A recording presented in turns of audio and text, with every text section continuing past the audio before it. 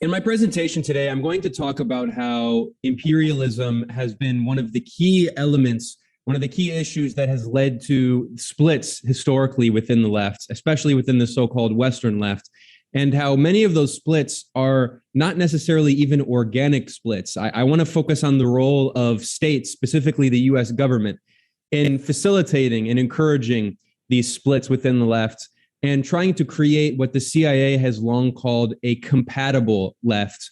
The CIA has also referred to it as a non-communist left. And I think we have to really understand that going back really to the history of the organized socialist movement, imperialism has been the key issue that has led to splits within existing socialist parties and organizations. We can go back to the Second International, which split in 1916 over the fundamental question, the contradiction of World War I. And Vladimir Lenin and his allies famously denounced the Social Democrats who supported World War I as social chauvinists. And this led to the split within numerous social democratic parties, including within Russia itself. I mean, let's not forget that the party was called the Russian Social Democratic Labor Party at the time. The Bolsheviks were technically social democrats at that moment, but that was the historical moment at which social democrats became identified as those who supported imperialism, and communists, the new creation of the Communist Party of Germany and the Spartacus League before that, and then eventually the Communist Party of the Soviet Union. The communist movement and the Third International became associated with anti-imperialism. So I think we need to understand that going back to that important history, the question of imperialism and anti-imperialism has been fundamental to understanding the international left and the splits that have emerged within it. And after the Bolshevik Revolution and after World War I, the US government began investing more and more resources in the first and then the second Red Scares into encouraging these splits. And I want to focus on an organization that is not well known, but I think anyone who considers himself a socialist or even a progressive needs to understand the history of the so-called Congress for Cultural Freedom. And we now have declassified documents. This is well substantiated in research by scholars like Gabriel Rockhill, who I would definitely invite everyone here to check out his very important scholarship. Also, Joel Whitney has a book called Finks about how the CIA encouraged certain strands of left-wing thought, literary thought.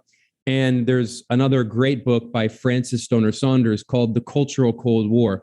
All of these books document how after World War II, the CIA encouraged the creation of a non-communist left, or a compatible left, they called it, that was pretty explicitly imperialist, or at very least anti-imperialist, you could say.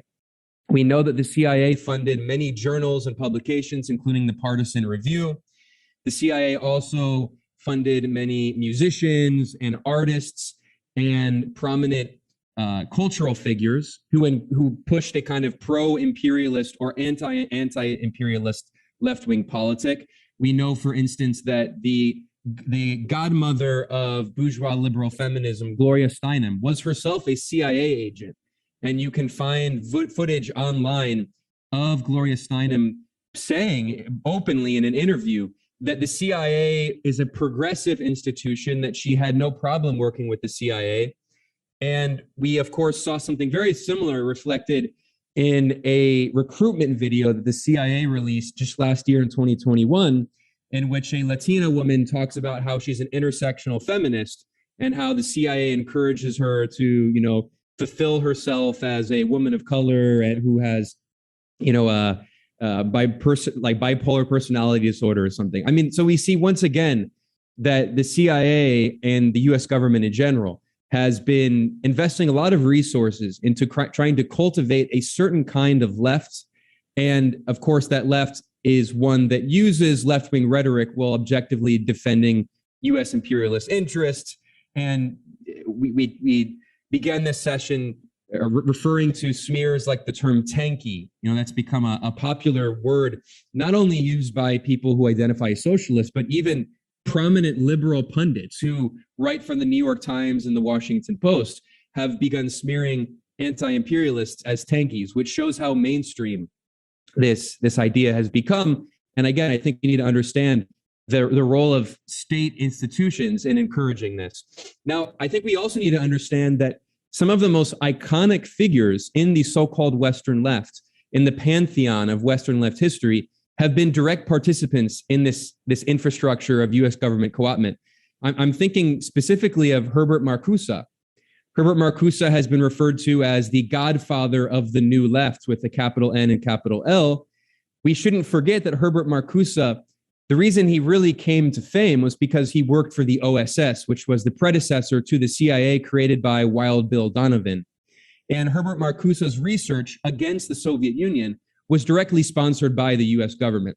Herbert Marcuse wrote his probably his most important book, at least that established him before One-Dimensional Man, which was Soviet Marxism. And this was a critique of the Soviet Union and the Communist Party of the Soviet Union from a Marxist perspective. That book was based on research funded by the OSS, that is the predecessor to the CIA, and the State Department. Herbert Marcuse was brought in by the OSS originally to do research about Nazi Germany, but after the end of World War II, he continued working for the US government. He later worked for the State Department and continued doing research against the Soviet Union. So while the CIA, through Operation Paperclip, was absorbing the intelligence apparatus and the scientific apparatus of Nazi Germany, hiring, for instance, the head of Nazi German intelligence on the Eastern Front, and then creating a faction within the CIA that was staffed by these former Nazi intelligence officers who also became capitalist West Germany's intelligence apparatus. At the same time, the US government was also recruiting anti-Soviet Marxists to provide left-wing cover for the original Cold War, the first Cold War. And Herbert Marcuse's work, Soviet Marxism, became iconic and extremely influential on creating this non-communist left, creating a kind of ideological stanchion structure to base this compatible left on. And it's no surprise, as Gabriel Rockhill has shown in his reporting, that a lot of the Marxists that are taught in Western academia are the ones who either were explicitly pro-imperialist or had no interest in anti-imperialism. And of course, I'm talking about the Frankfurt School, many of the figures of whom not only worked for the OSS, some of them also worked for Radio Free Europe, Radio Liberty. And again, many of them were recruited originally to do work against Nazi Germany, which is, of course, understandable completely. But then later, they continued working for the US government, and then they turned their targets toward the Soviet Union. So we need to understand, again, that these institutions have been actively going after the left just as much as they have been supporting the right internationally. When we're talking about the idea of manufacturing consent, who is the target of manufacture of consent? It tends to be people on the left, because clearly the US government doesn't need to manufacture consent for conservatives to support its wars on socialism around the world. And then finally, I want to talk briefly about a few other figures I think that are really representative of how the discussion about the pro-imperialist tendency in the Western lefts, this tendency has been actively cultivated and supported by the US government. I think there's another name that should be well known, which is Carl Gershman. Carl Gershman was a leader of what had been an important organization in the US left called Social Democrats USA. Social Democrats USA was one of the organizations that split out of the Socialist Party of America, which split into three factions. And one of the reasons that it split was the question of the Democratic Party and its relation to the Democratic Party. But another important contradiction was debate over Vietnam. And of course, we know that within SDS and within SNCC, there were debates over Vietnam. There were factions that were more militant that supported the Vietnamese people's resistance against the genocidal imperialist war that led to 3.8 million Vietnamese deaths. But then there were also factions of the left that were against the US war, but also against the armed resistance of the Vietnamese people to this genocidal onslaught. And then there were even factions which became the Shachtmanites, led by Max Shachtman, who had been a Trotskyite, who later became a complete neoconservative, who supported the war and also supported Bay of Pigs and others. But that's a long history I don't have time to get into. But I want to talk about Carl Gershman. So Social Democrats USA split out of the Socialist Party of America. Carl Gershman was a leader of Social Democrats USA, and he later became the founding director from 1983 until last year, 2021. of the National Endowment for Democracy, the NED. Many people who are watching this probably know what the NED is. This is a CIA cutout created by the Ronald Reagan administration, CIA under William Casey, in order to fund a lot of these compatible left groups, also right-wing groups. But let's not forget that it was the Solidarity so-called union in Poland, again, giving left-wing cover to objectively pro-imperialist, anti-communist activities that the CIA funded through the NED to eventually lead to the overthrow of the Polish People's Republic. So we know that the NED has been one of the main institutions in funding a lot of these non-communist left groups and compatible left groups around the world. I'm in Nicaragua right now. I mean, in 2018, there was a violent coup attempt against the elected Sandinista government. And there were people who called themselves leftists, even socialists, who were funded by the National Endowment for Democracy, including former Sandinistas who became U.S. embassy informants from a party called the MRS Party, the Movement for Renovation of Sandinismo. So this U.S. strategy of creating a compatible left, a pro-imperialist left, continues very much to this day. And the last thing I'll say is that with the new Cold War, I think it is very clear that the U.S. government and Western European governments, I'm not as familiar with the role of European governments in doing this, but we can bet.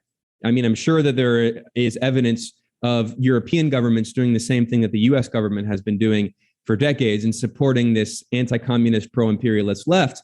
But in terms of the new Cold War on China and Russia, it is very clear. I mean, I've shown it in some of my reporting that the NED has been funding a lot of groups that call themselves socialists and anarchists and even feminists and anti-racist, but who are explicitly anti-China. I did a report recently about how the U.S. government, the U.S. embassy in France, is funding a feminist Uyghur podcast about how evil China is and how China is supposedly this patriarchal, racist hellscape. And this feminist Uyghur podcast is funded by the U.S. government and is co-hosted by a former CIA officer. So it's very clear that in the new Cold War, the U.S. government continues putting a lot of resources into creating and foment and cultivating an anti-communist, pro-imperialist left that will provide so-called a left-wing justification for the proxy war on Russia and Ukraine and the new Cold War on China. So I think we should be very vigilant, and we should understand that while we're talking about the fundamental problems of the pro-imperialist social chauvinist tendency within much of the Western left, we should understand that there is a material basis for that ideology continuing to reproduce itself socially. And that material basis is very frequently resources coming directly from capitalist and imperialist governments like the United States.